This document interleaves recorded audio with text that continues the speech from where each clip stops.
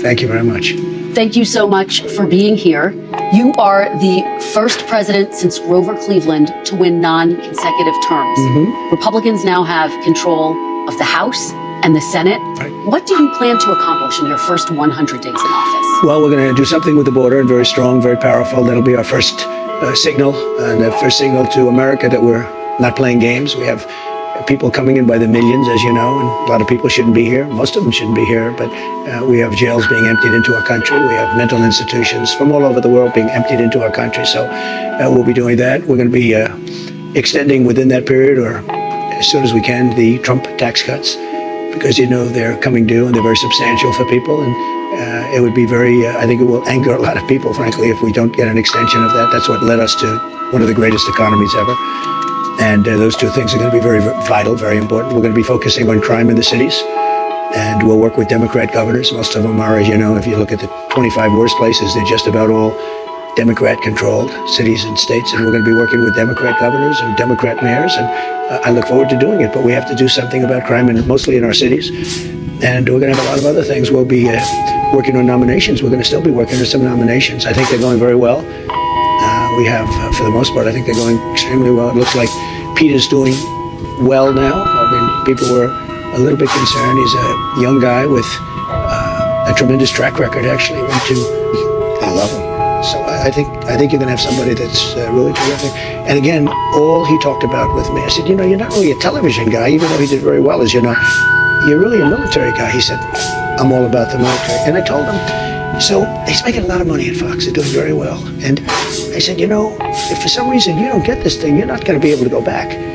And all that money you're making, you can kiss it goodbye. He said, this is all about America. You know, he didn't say, well, let me think about it, let me discuss it. That's a very big, risky thing he's doing. When he goes and he says, I'm going to give up, you know, millions of dollars in order to possibly become the Secretary of Defense. A lot of people would say it's a great position. It's probably almost no greater position, but a lot of people would say, I have to think about it. He said, I don't have to think about it. All right, we're going to delve into your cabinet picks a little bit later, but I want to delve into one of your signature promises on the campaign trail, which was to end inflation, to lower prices. You are now proposing tariffs against the United States' three biggest trading partners. Economists of all stripes say that ultimately consumers pay the price of tariffs. I don't believe Can you guarantee American families won't pay more? I can't guarantee anything. I can't guarantee tomorrow. But I can say that if you look at just pre-COVID, we had the greatest economy in the history of our country. And I had a lot of tariffs on a lot of different countries, but in particular China, we took in hundreds of billions of dollars, and we had no inflation.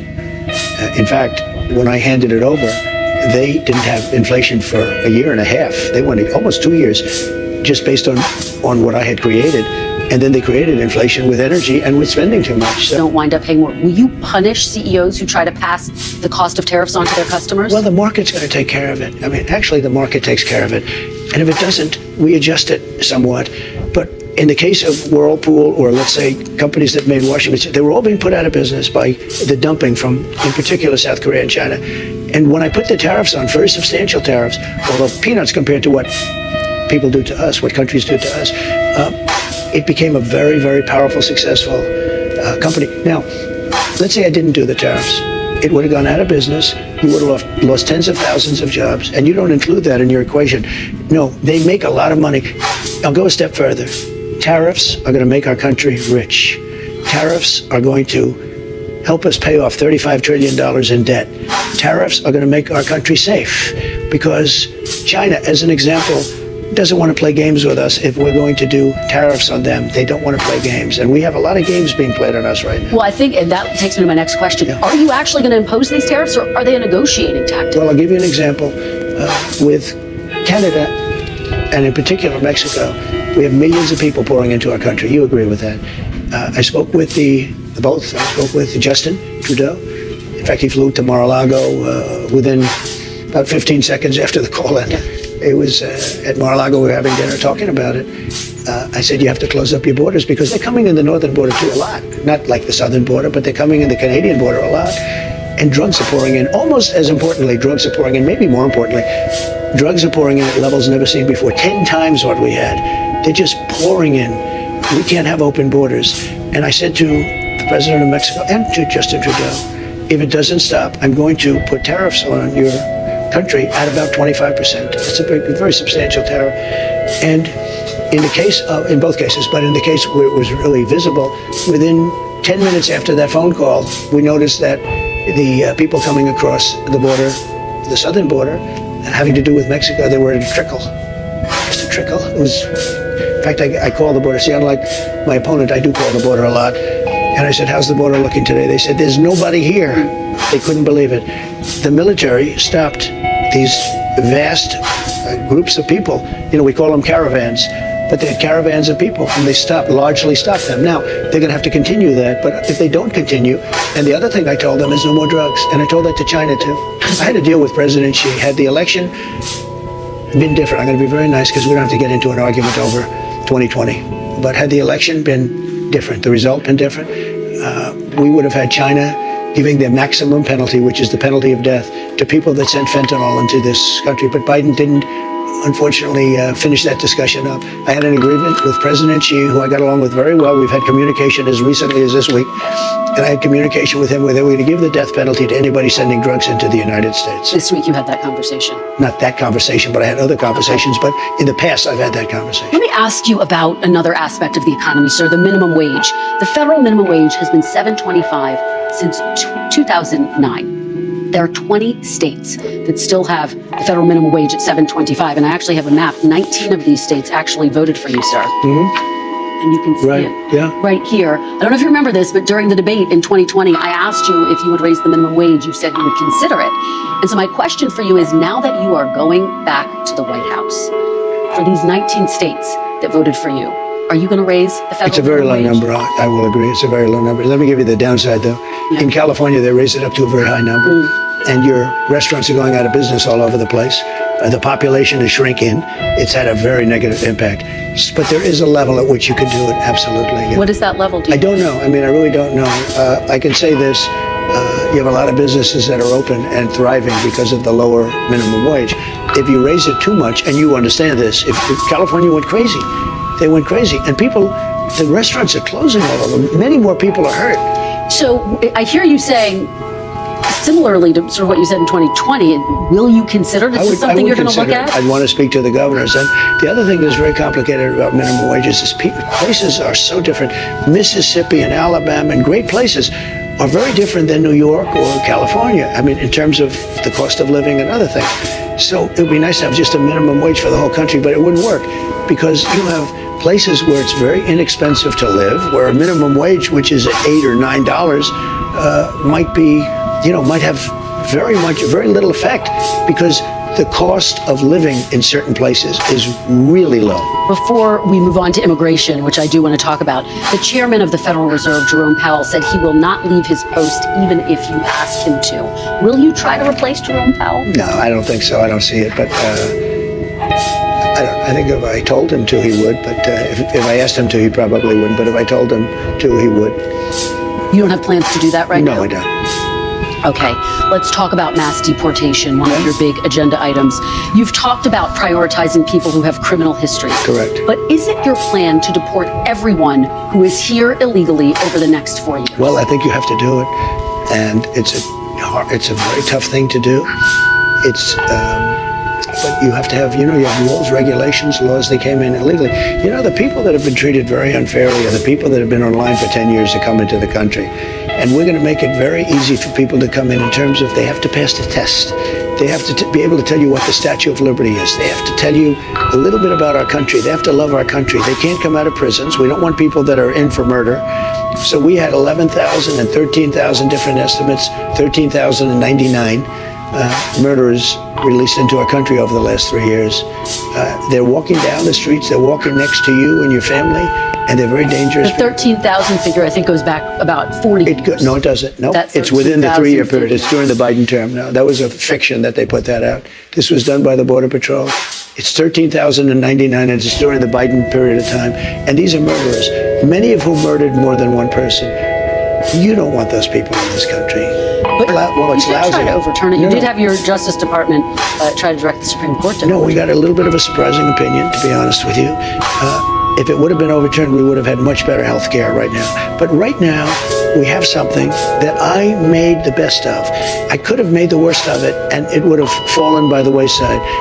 I did the right thing from a human standpoint, but you know, I'm sort of proud of my decision. At the same time, sometimes I regret it. I told the people, and I gave them the money to do it. I said, fix it, make it work, because people would have suffered.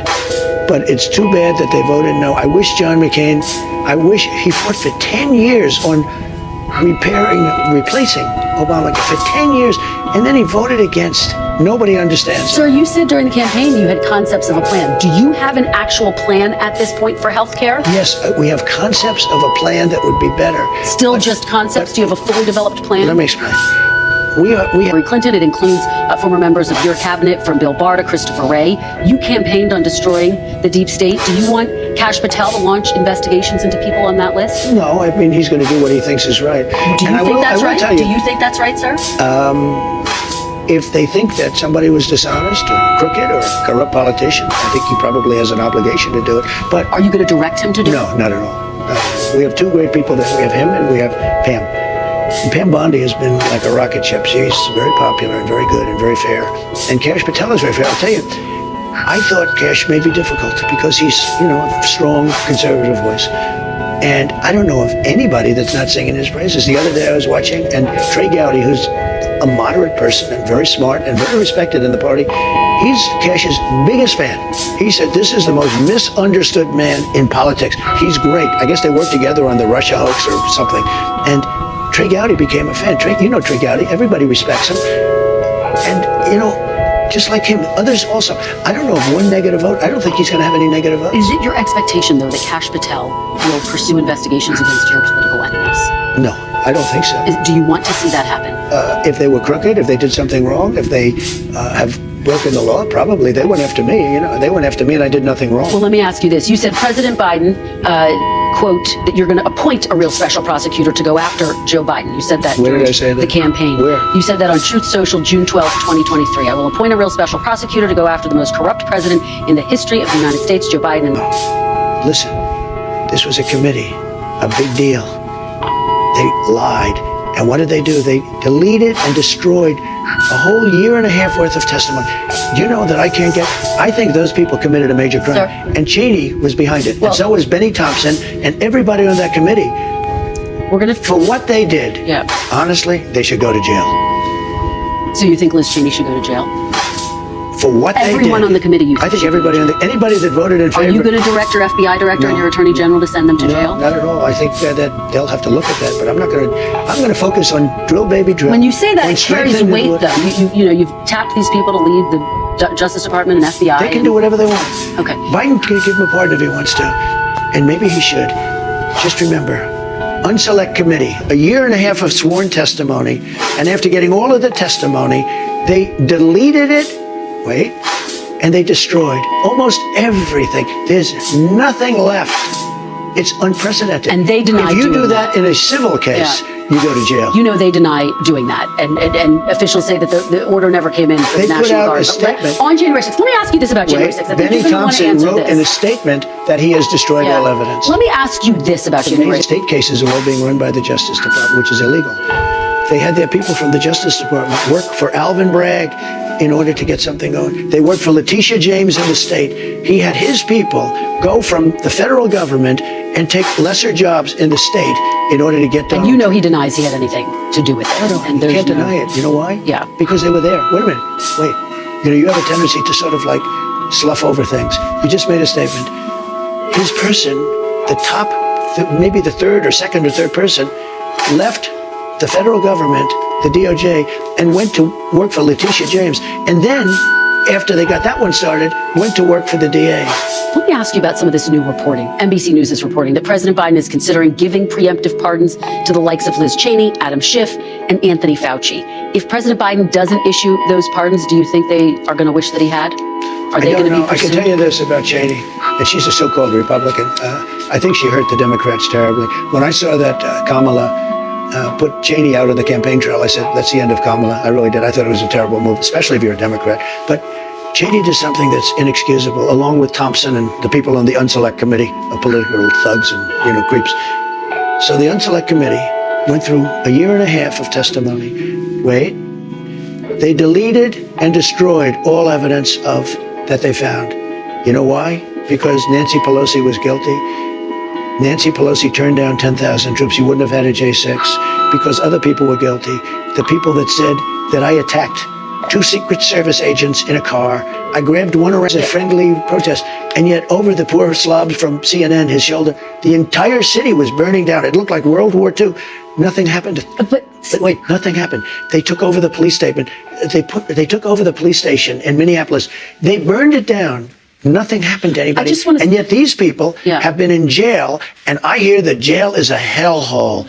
They've done reports, and you would say that's true. They've done reports. This is the most disgusting, filthy place. These people are living in hell. And I think it's very unfair. Most likely, I'll do it very quickly. Very quickly. Okay. But some of them, 169 of them, have pleaded guilty to assaulting police officers. Because they had no choice. 900 pleaded guilty to other crimes. They're also going to be eligible for a pardon from you? Listen, it's a very tough system.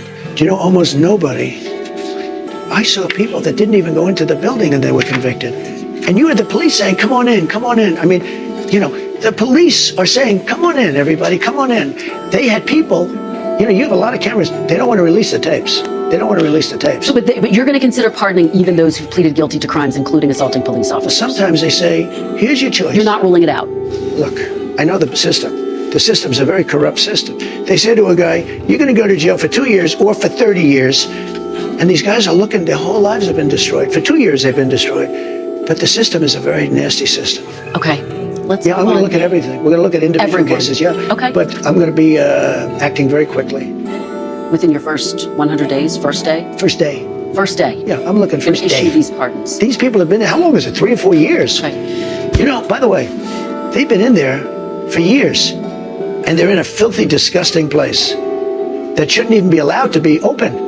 Let's talk about your cabinet picks. I know we started off talking about Pete Hegseth, but I just want to return to that very quickly. Have you gotten assurances from senators that he's going to be confirmed? Do you think he can make it? No, I think he will, yeah. I've had a lot of senators call me up saying he's fantastic. You don't drink yourself. No. You've talked about how devastating drinking can be. No. How concerned are you that the person who you picked for this top job at the Defense Department? And he won all 7 swing states. That was a great election. Very quickly, because we're going to talk about the election coming up, but you've tapped Elon Musk, Vivek Ramaswamy, to head up this Department of Government Efficiency. Correct. Which proposes cuts to the federal government. I think a lot of people hear that and they get concerned about Medicare and Social Security and Not Medicaid. going to have anything to do. And defense spending. You won't touch Medicare, Social Security? Fraud. Okay. No, I said to people, we're not touching Social Security, other than we might make it more efficient, but the people are going to get what they get. Okay, so the entitlements And off the table. And we're not raising ages or any of that stuff. Okay, off the table. I won't do it. Okay. Let's turn to foreign policy. Should Ukraine prepare for less aid from the United States after you're sworn into office? Probably. Sure. You've said you can end the war in 24 We're in for 350 billion, and Europe is in for 100 billion. Why isn't Europe in for the same as us, the 50 billion, and Europe is in for 100 billion? Why isn't Europe in for the same as us? The one thing that should happen is that Europe should come in for, they should equalize. And you know, Biden, all he had to do, like I did with NATO, I said, you got to pay your bills. They weren't paying their bills. And as you know, the Secretary General said, President Trump got $600 billion, 640 to be exact. And I used to use the 400 billion number. He corrected me. He said, no, you actually got $641 billion put in, because I said you have to pay your bills. We were paying for NATO. And you know why I got the money? Because I asked for it. It wasn't that complicated. Europe is in for a fraction. And war with Russia is more important for Europe than it is for us. It's important for everybody, but it's more important for Europe than it is for us. And you've said we have a little thing called an ocean in between us. You said you can end the war in 24 hours. You've even said you want to try to end it before you're sworn into office. You're actively trying to? I am. Have you talked to President Putin? No, I have not. You haven't talked to President Putin No, I have since not. you've been elected? No, well, I don't want to say that, but I haven't spoken to him recently. So you've spoken to President Putin since you've I been don't want to elected? say that. I don't want to say anything about that, because I don't want to do anything that could impede the negotiation. But you I want to stop. talked about Let me tell you what I have talked about. Let me tell you. Okay. There are people being killed in that war at levels that nobody's ever seen before. You have to go back to the Second World War, and even that, if you take a look at, and you know what it is? It's the soldiers largely. The cities have been emptied out and demolished. The country has been demolished. If I won that election, which you know how I feel about it, I won't get into it because we don't need to start that argument. I think it's an easy argument. It was really proven even more conclusively by the win that I had on this one. But you did. Had I, well, that's your opinion, but I disagree with it. Had I assumed, kept control, number one, Israel wouldn't have happened. Number two, Ukraine would have never happened. It would have never happened, Ukraine, Russia. But the number of people that are being killed, soldiers, young, beautiful soldiers, hundreds of thousands of people are being killed. And you know, it's very interesting. It's level, totally level. The battlefields, totally level. You know what's happening? The only thing that stops a bullet, you know what it is a body, a human body. And the people that are being killed, hundreds of thousands on both sides. Russia's lost probably 500,000. Ukraine's lost higher than they say, probably 400,000. You're talking about hundreds of thousands of bodies laying all over fields. It's the stupidest thing I've ever seen, and it should have never been allowed to happen. Biden should have been able to stop it. Sir, will the United States stay in NATO while you're in office? In where? NATO. Do you commit that the United States will remain a member of NATO while you're in office? Again, they have to pay their bills. If they pay their bills, absolutely. But not if they don't pay their bills. But NATO's taking advantage of us because we were look, two things. Number one, they take advantage of us on trade, meaning the European nations, okay, like terrible. They don't take our cars. That's what the judge asked. So are you going to try to protect TikTok just very quick once you're in office? I'm going to try and make it so that other companies don't become an even bigger monopoly. Okay. Because that's what happens. We're winding down, and I know you have a plane to catch. I do. This is your first interview since you won the election. Congratulations. Yes, congratulations to you. I hope you do well with it. Yes, and sir, I don't have to tell you this because you've talked about it. It comes at a time when the country is deeply divided. And now you're going to be leading this country for the next 4 years. For the sake of unifying this country, will you concede the 2020 election and turn the page on that chapter? No, why would I do that? But let me just say, when you say the country is deeply divided, I'm not the president. Joe Biden's the president. But you're going to be the president. No, I'm not the president. So when you say it's deeply divided, I agree. But Biden is the president, I'm not. And he has been a divider. And you know where he divided it more than anything else, and it probably backfired on him, I think definitely, is weaponization. When he weaponized the Justice Department and he went after his political opponent, me. He went after his political opponent violently because he knew he couldn't beat him. And I think it really was a bad thing, and it really divided our country. Sir, Democrats have control of the White House now. They didn't in 2020. If they are going around stealing elections, why when you didn't say they Democrats have control now? Of the White House. Yeah. So why didn't they steal this election? Since they have more power now. Because I think it was too big to rig. That is incredible what she's done. The one thing I said, whether it's First Lady or my children did such a good job, and they were treated very badly by the press and others. Ivanka was unbelievable what she did, and she all she wanted to do is one thing: get people jobs. She could have been the UN secretary. I said to her, she would have been unbelievable. She's got the whole package for that, including right up there. She's as smart as they. She didn't want. She said, "Daddy, I want to work on getting people jobs." You know, she'd go to Walmart, she'd go to X such. She produced millions of jobs for people. Not glamorous. Most people didn't know she did it, and she was always being excoriated. And I said to my kids, "Don't come in. Don't come in." It's just. You said to them, I said to them, yeah. But will you miss having them there? Will it feel different? They were your top advisors. I'll tell you what, I'll miss them, and they're really competent. But I say, just go have fun, do your business, do whatever you want to do, but don't come in, because no matter what they did such a great job. Although I have to say, Lara did a phenomenal job as the head of the Republican National Committee, along with Michael. What will the First Lady's role be, do you think? Will she continue her Be Best campaign? She's a very elegant First Lady. She was a very successful woman before that, in the modeling and other things, but in the modeling, very successful. The press, I can't say treated her unfairly. You know why? Because she's very popular. You would think if the press was unfair, like to me, the press was obviously unfair to me. The press, no president has ever gotten treated by the press like I was. And yet I got more votes than any Republican candidate in history, by far. It's not even close. So you say, what's that all about?